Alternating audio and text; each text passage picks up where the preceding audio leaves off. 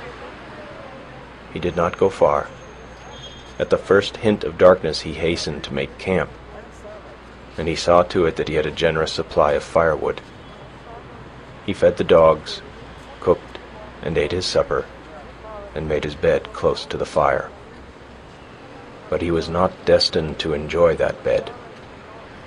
Before his eyes closed, the wolves had drawn too near for safety. It no longer required an effort of the vision to see them. They were all about him and the fire, in a narrow circle, and he could see them plainly in the firelight, lying down, sitting up, crawling forward on their bellies, or slinking back and forth. They even slept. Here and there he could see one curled up in the snow like a dog, taking the sleep that was now denied himself. He kept the fire brightly blazing, for he knew that it alone intervened between the flesh of his body and their hungry fangs. His 2 dogs stayed close by him, one on either side, leaning against him for protection, crying and whimpering, and at times snarling desperately when a wolf approached a little closer than usual. At such moments, when his dogs snarled, the whole circle would be agitated, the wolves coming to their feet and pressing tentatively forward, a chorus of snarls and eager yelps rising about him. Then the circle would lie down again, and here and there a wolf would resume its broken nap. But this circle had a continuous tendency to draw in upon him, bit by bit, an inch at a time, with here a wolf bellying forward, and there a wolf bellying forward. The circle would narrow until the brutes were almost within springing distance. Then he would seize brands from the fire and hurl them into the pack. A hasty drawing back always resulted, accompanied by angry yelps and frightened snarls, when a well-aimed brand struck and scorched a too daring animal. Morning found the man, haggard and worn, wide-eyed from want of sleep. He cooked breakfast in the darkness, and at 9 o'clock, when with the coming of daylight the wolf pack drew back, he set about the task he had planned through the long hours of the night. Chopping down young saplings, he made them crossbars of a scaffold by lashing them high up to the trunks of standing trees, using the sled lashing for a heaving rope, and with the aid of the dogs, he hoisted the coffin to the top of the scaffold. "They got Bill, and they may get me, but they'll sure never get you, young man," he said, addressing the dead body in its tree sepulchre. Then he took the trail, the lightened sled bouncing along behind the willing dogs, for they, too, knew that safety lay open in the gaining of Fort McGurry. The wolves were now more open in their pursuit, trotting sedately behind and ranging along on either side, their red tongues lolling out, their lean sides showing the undulating ribs with every movement. They were very lean, mere skin bags stretched over bony frames, with strings for muscle. So lean that Henry found it in his mind to marvel that they still kept their feet and did not collapse forthright in the snow.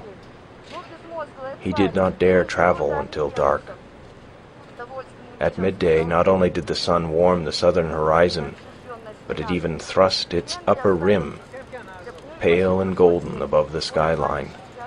He received it as a sign. The days were growing longer. The sun was returning. but scarcely had the cheer of its light departed than he went into camp. There were still several hours of gray daylight and somber twilight, and he utilized them in chopping an enormous supply of firewood.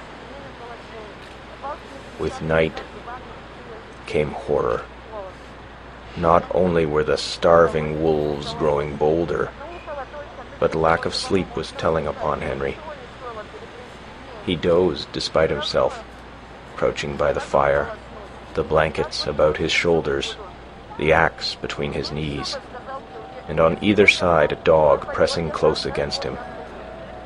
He awoke once and saw in front of him, not a dozen feet away, a big gray wolf, one of the largest of the pack. And even as he looked, the brute deliberately stretched himself after the manner of a lazy dog, yawning full in his face, and looking upon him with a possessive eye, as if, in truth, he were merely a delayed meal that was soon to be eaten. This certitude was shown by the whole pack, fully a score he could count, staring hungrily at him, or calmly sleeping in the snow. They reminded him of children gathered around a spread table and awaiting permission to begin to eat. And he was the food they were to eat. He wondered how and when the meal would begin. As he piled wood on the fire, he discovered an appreciation of his own body which he had never felt before. He watched his moving muscles and was interested in the cunning mechanism of his fingers. By the light of the fire, he crooked his fingers slowly and repeatedly, now one at a time, now all together, spreading them wide or making quick, gripping movements. He studied the nail formation and prodded the fingertips now sharply, and again softly, gauging the while the nerve sensations produced.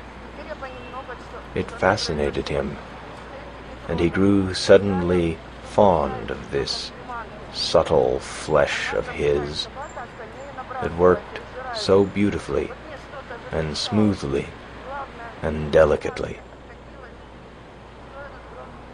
Then he would cast a glance of fear at the wolf circle, drawn expectantly about him, and like a blow the realization would strike him that this wonderful body of his, this living flesh, was no more than so much meat, a quest of ravenous animals to be torn and slashed by their hungry fangs, to be sustenance to them as the moose and the rabbit had often been sustenance to him. He came out of a doze that was half nightmare to see the red-hued she-wolf before him. She was not more than half a dozen feet away, sitting in the snow and wistfully regarding him. The two dogs were whimpering and snarling at his feet, but she took no notice of them. She was looking at the man, and for some time he returned her look. There was nothing threatening about her. She looked at him merely with a great wistfulness, but he knew it to be the wistfulness of an equally great hunger. He was the food, and the sight of him excited in her the gustatory sensations.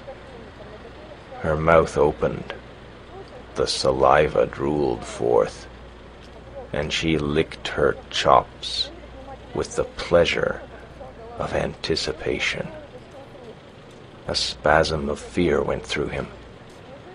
He reached hastily for a brand to throw at her, But even as he reached, and before his fingers had closed on the missile, she sprang back into safety. And he knew that she was used to having things thrown at her. She had snarled as she sprang away, baring her white fangs to their roots, all her wistfulness vanishing, being replaced by a carnivorous malignity that made him shudder. He glanced at the hand that held the brand, noticing the cunning delicacy of the fingers that gripped it, how they adjusted themselves to all the inequalities of the surface, curling over and under about the rough wood, and one little finger, too close to the burning portion of the brand, sensitively and automatically writhing back from the hurtful heat to a cooler gripping place.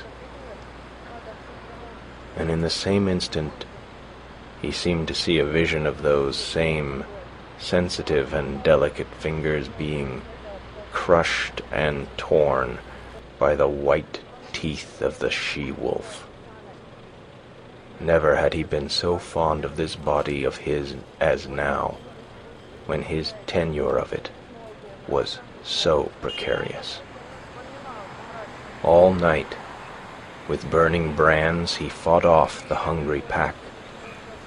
When he dozed despite himself, the whimpering and snarling of the dogs aroused him.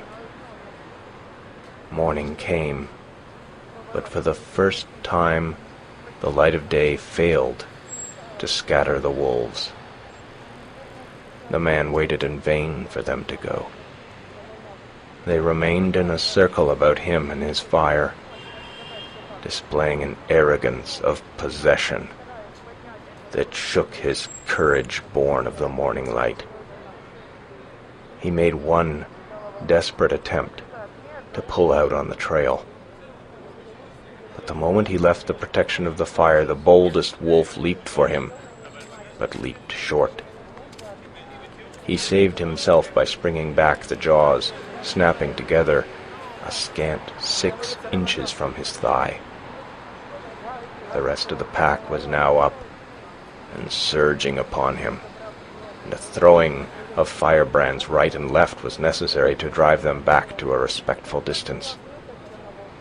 Even in the daylight, he did not dare leave the fire to chop fresh wood. 20 feet away towered a huge dead spruce. He spent half the day extending his campfire to the tree. At any moment, a half-dozen burning faggots ready at hand to fling at his enemies. Once at the tree, he studied the surrounding forest in order to fell the tree in the direction of the most firewood. The night was a repetition of the night before, save that the need for sleep was becoming overpowering. The snarling of his dogs was losing its efficacy. Besides, they were snarling all the time, and his benumbed and drowsy senses no longer took note of changing pitch and intensity. He awoke with a start.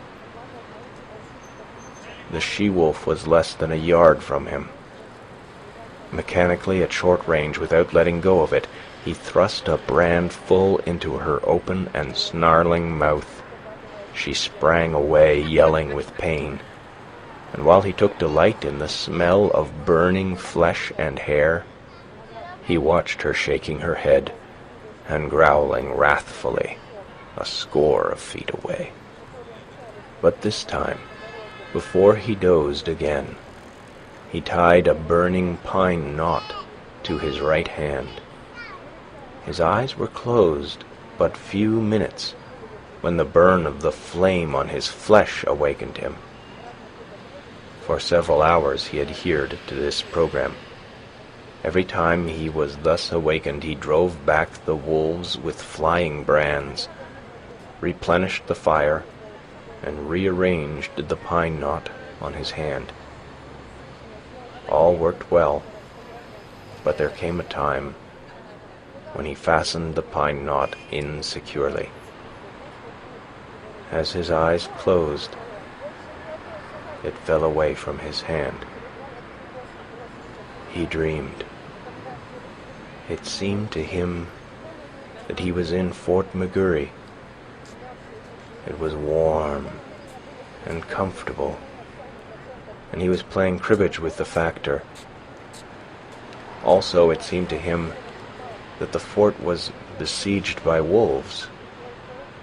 They were howling at the very gates, and sometimes he and the factor paused from the game to listen and laugh at the futile efforts of the wolves to get in. And then, so strange was the dream, there was a crash. The door was burst open. He could see the wolves flooding into the big living room of the fort. They were leaping straight for him and the factor. With the bursting open of the door, the noise of their howling had increased tremendously. This howling now bothered him. His dream was merging into something else. He knew not what, but through it all, following him, persisted the howling. And then he awoke to find the howling real. There was a great snarling and yelping. The wolves were rushing him. They were all about him and upon him. The teeth of one had closed upon his arm. Instinctively he leaped into the fire, and as he leaped he felt the sharp slash of teeth that tore through the flesh of his leg. Then began a firefight. His stout mittens temporarily protected his hands, and he scooped live coals into the air in all directions until the campfire took on the semblance of a volcano. But it could not last long. His face was blistering in the heat, his eyebrows and lashes were singed off, and the heat was becoming unbearable to his feet. With a flaming brand in each hand, he sprang to the edge of the fire. The wolves had been driven back. On every side, wherever the live coals had fallen, the snow was sizzling. And every little while a retiring wolf, with a wild leap and snort and snarl, announced that one such live coal had been stepped upon. Flinging his brands at the nearest of his enemies, the man thrust his smouldering mittens into the snow and stamped about to cool his feet. His 2 dogs were missing, and he well knew that they had served as a course in the protracted meal which had begun days before with Fatty, the last course of which would likely be himself in the days to follow. "You ain't got me yet!" he cried, savagely shaking his fist at the hungry beasts. And at the sound of his voice the whole circle was agitated. There was a general snarl, and the she-wolf slid up close to him across the snow and watched him with hungry wistfulness. He set to work to carry out a new idea that had come to him. He extended the fire into a large circle. Inside this circle he crouched, his sleeping outfit under him as protection against the melting snow. When he had thus disappeared within his shelter of flame, the whole pack came curiously to the rim of the fire to see what had become of him.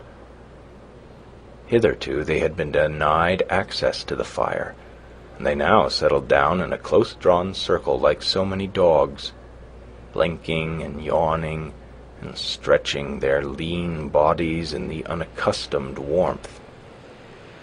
Then the she-wolf sat down, pointed her nose at a star, and began to howl. One by one the wolves joined her, till the whole pack, on haunches, with noses pointed skyward, was howling its hunger cry. Dawn came, and daylight. The fire was burning low. The fuel had run out, and there was need to get more. The man attempted to step out of his circle of flame, but the wolves surged to meet him. Burning brands made them spring aside, but they no longer sprang back. In vain he strove to drive them back. As he gave up and stumbled inside his circle, a wolf leaped for him, missed, and landed with all 4 feet in the coals. It cried out with terror, at the same time snarling, and scrambled back to cool its paws in the snow. The man sat down on his blankets, in a crouching position. His body leaned forward from the hips. His shoulders, relaxed and drooping, and his head on his knees, advertised that he had given up the struggle. Now and again, he raised his head to note the dying down of the fire. The circle of flame and coals was breaking into segments, with openings in between. These openings grew in size. The segments diminished. "I guess you can come and get me at any time," he mumbled. "Anyway, I'm going to sleep." Once he awakened, and in an opening in the circle directly in front of him, he saw the she-wolf gazing at him. Again he awakened. A little later, though it seemed hours to him, a mysterious change had taken place. So mysterious a change that he was shocked wider awake. Something had happened. He could not understand at first. Then he discovered it. The wolves were gone. Remained only the trampled snow to show how closely they had pressed him. Sleep was welling up and gripping him again. His head was sinking down upon his knees when he roused with a sudden start.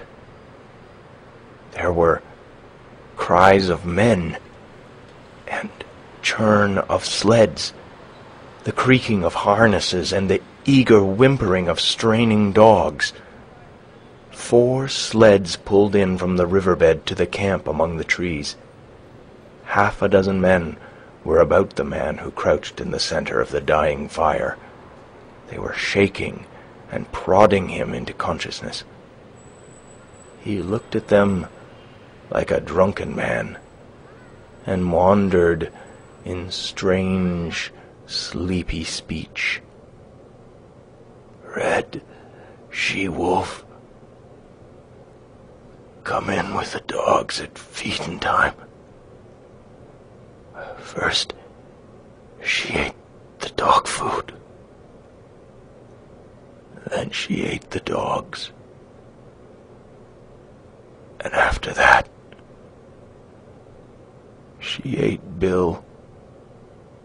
"Where's Lord Alfred?" one of the men bellowed in his ear, shaking him roughly. He shook his head slowly.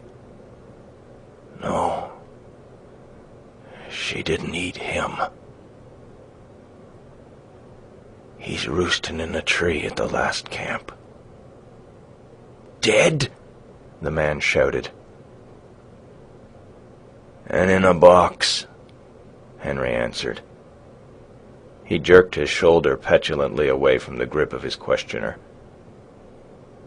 "Say, you let me alone. I'm just plumb tuckered out." Good night, everybody. His eyes fluttered and went shut. His chin fell forward on his chest. And even as they eased him down upon the blankets, his snores were rising on the frosty air. But there was another sound. Far and faint it was. In the remote distance, the cry of the hungry wolf pack as it took the trail of other meat than the man it had just missed. End of chapter 3. End of part 1.